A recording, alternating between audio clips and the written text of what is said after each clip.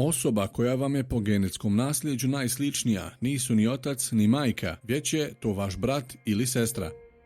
I oduvijek se iz životnih iskustava znalo da je najposebniji odnos unutar porodice onaj koji sestra ima prema braći.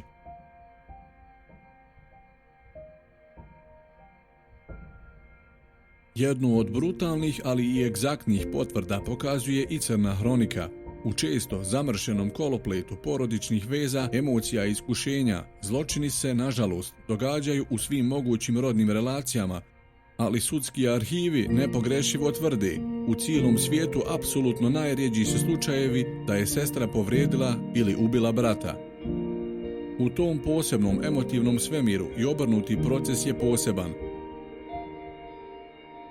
Sestra se nekako najviše voli na poseban način. Nedavno je na tu temu stigla još jedna zvanična potvrda.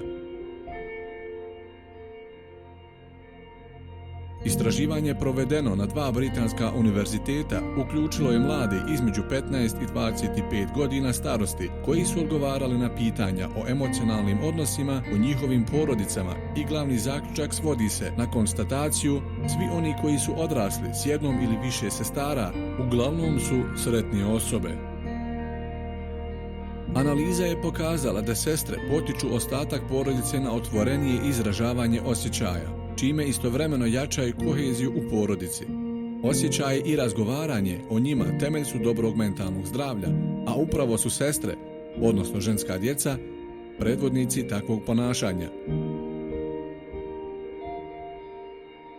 Još puno ranije stručnjaci za mentalno zdravlje su naglašavali činjenicu da je ljubav jedne sestre prema bratu jedna od najčistijih i najbezuslovnijih i zato su zločini te vrste vrlo rijetki, te se uglavnom dešavaju u ruralnim sredinama. Dakle, sretnicima koji imaju sestru i u ovoj prilici preporučujemo: zagrlite je što češće.